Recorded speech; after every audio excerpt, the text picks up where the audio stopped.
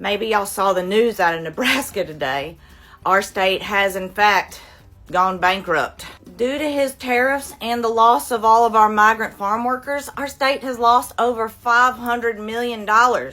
It's so bad that Governor Pillen had to call and ask him for a bailout, and we don't know if he's going to give it to us. My husband and I did used to own a farm here in Nebraska, and thanks to the loss of all the workers, we went bankrupt, and bankruptcies in our state overall are at a record high right now. It's still just so weird to me because we all voted red. Nebraska, every county, every district overwhelmingly voted red, and that seems to have been the reason that we're all out of business now.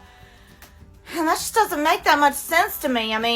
If you vote for a party, shouldn't they protect you? Shouldn't they pass policies that will help you stay out of bankruptcy?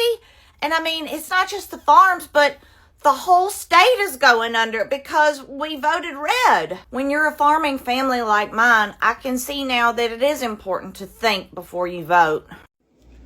Nebraska farmers are starting to go bankrupt. Now, there's different reasons why this is happening, but let me give you two of the main reasons.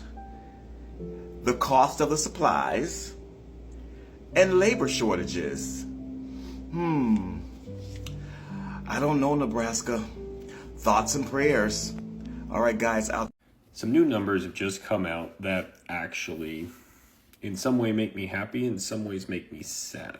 See, in the first quarter of 2025, bankruptcies for farmers exceeded the 2024 total for the year. And in the second quarter, according to new reporting that just came out, they doubled last year's number. So the farmers that overwhelmingly voted for the administration we have are filing bankruptcies at a record pace. The last time farm bankruptcies were this high was during Trump's last term. For somebody that claims to love farmers, he sure just consistently hurts them. In fact, the last time it was this high was between 2018 and 2019. You would think maybe it was during 2020 and all that craziness, but no. This is all pre-pandemic Trump wonderful economic policies affecting farmers once again. It's Joe from Georgia. So we're getting ready for the first domino to fall, and we know what happens after the first one falls. Well, the state of Nebraska, the governor, Jim Pillen, has asked the federal government for help because they're not going to be able to pay their bills this year. And here's the problem in Nebraska. They had over a $2 billion contract with the Chinese government to export soybeans to China. Well, out of that $2 billion, they've canceled all the contracts.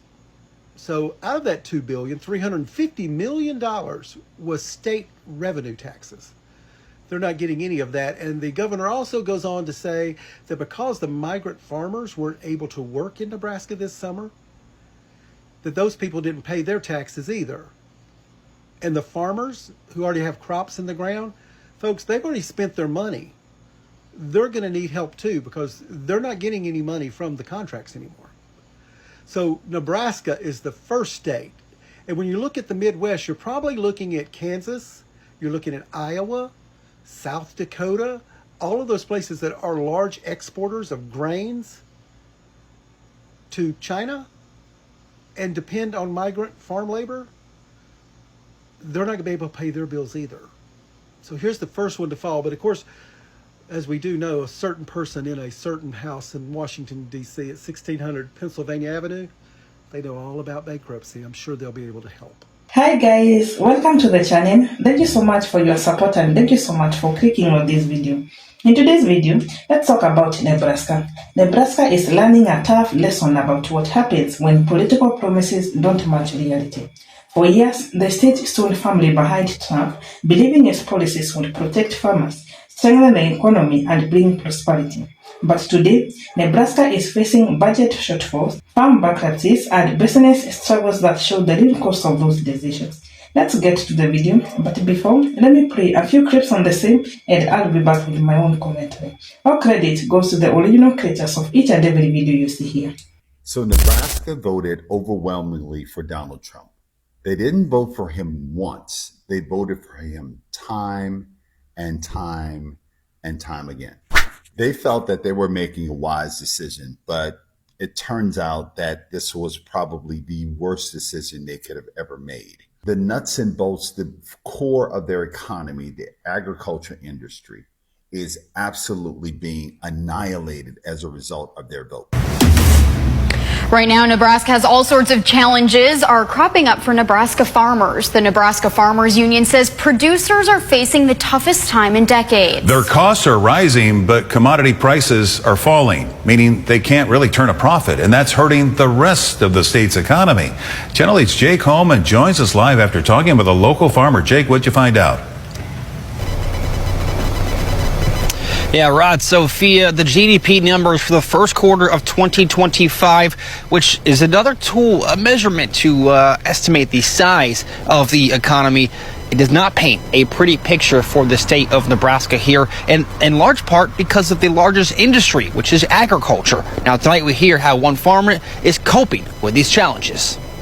With the interest rates where they are right now, it's putting everybody into a bind.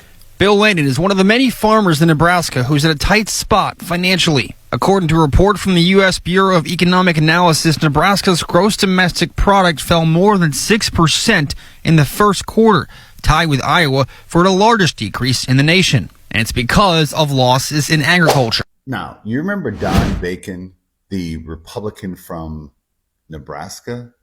He's even saying the quiet part aloud. Nebraska's in trouble, and it owes a lot to the tariff policy and all the bullshit that Donald Trump has enacted on that state. So, Don, my man, don't be surprised when everyone told you, just like your MAGA cohorts in your state, everyone told you that this was going to be the case, but yet you failed to listen. My mother would always say, and I think she was a genius, she would always say, if you lie down with dogs, you will get fleas. Well, in Nebraska, you laid down with Donald Trump. You laid down with Donald Trump, knowing what his policies were, knowing his Project 2025 tendencies, and you now have fleas. In reality, this is not about red or blue. This is about business, the business of politics.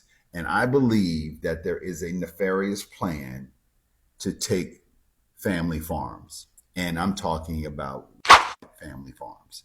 And it is based on causing them to go bankrupt, coming in with the hedge funds, and buying at a fire sale price. So Nebraska, you got exactly what you voted for.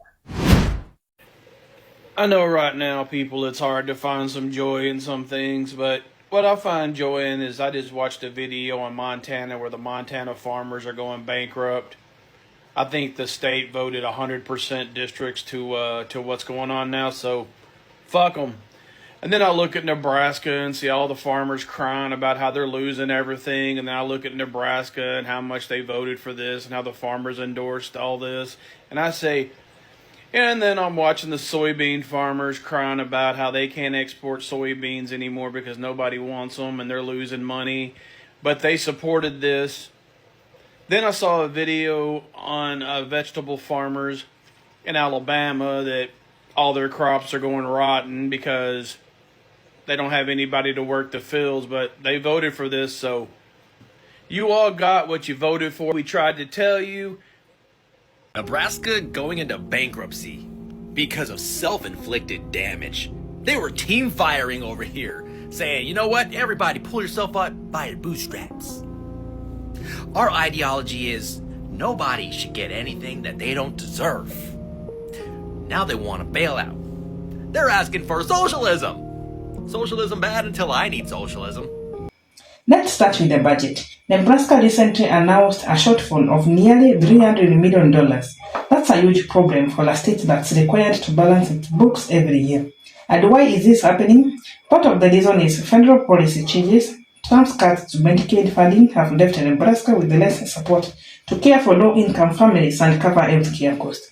Now, the state is scrambling out to cut services, and ordinary people are bracing for fewer resources in schools, hospitals, and local programs. Then there is farming. Agriculture is the backbone of Nebraska, but farmers here are being crushed by the fallout from Trump's trade war and tariffs.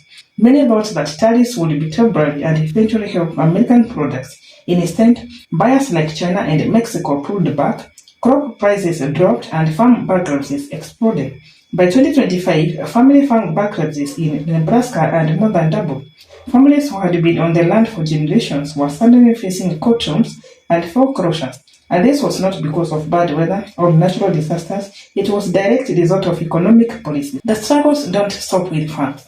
Local businesses are suffering too. Nebraska Brewing Company, a popular brewery, recently filed for Chapter 11 bankruptcy. And while that may seem more convenient to farms, it shows the domino effect. When farmers and families have less money, they spend less in the community. Businesses lose customers, workers lose jobs, and entire towns feel the squeeze. Healthcare is another crisis. Rural hospitals in Nebraska were already on the edge, and with Trump's one big beautiful bill cutting Medicaid, some are shutting their doors. For people in small towns, that means driving hours just to see a doctor. In case of emergencies, those delays can be the difference between life and death. It's a cruel twist for voters who supported these cuts only to realize they are the ones paying the price.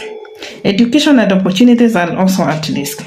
With fewer resources flowing into schools and programs, Nebraska's young people are living in search of better opportunities elsewhere. That leaves behind shrinking towns, aging populations, and fewer chances to rebuild the economy. The truth is, the farmers, the small businesses, the families, they are the ones carrying the weight of policies they thought would help them, but instead brought hardship. The big question now is whether Nebraska will keep supporting the same policies or finally demand something better. Because if nothing changes, the cycle of shortfall, bankruptcies, and broken process will only continue. Let me know your thoughts in the comment section below. Thanks for watching. I'll see you in the next video.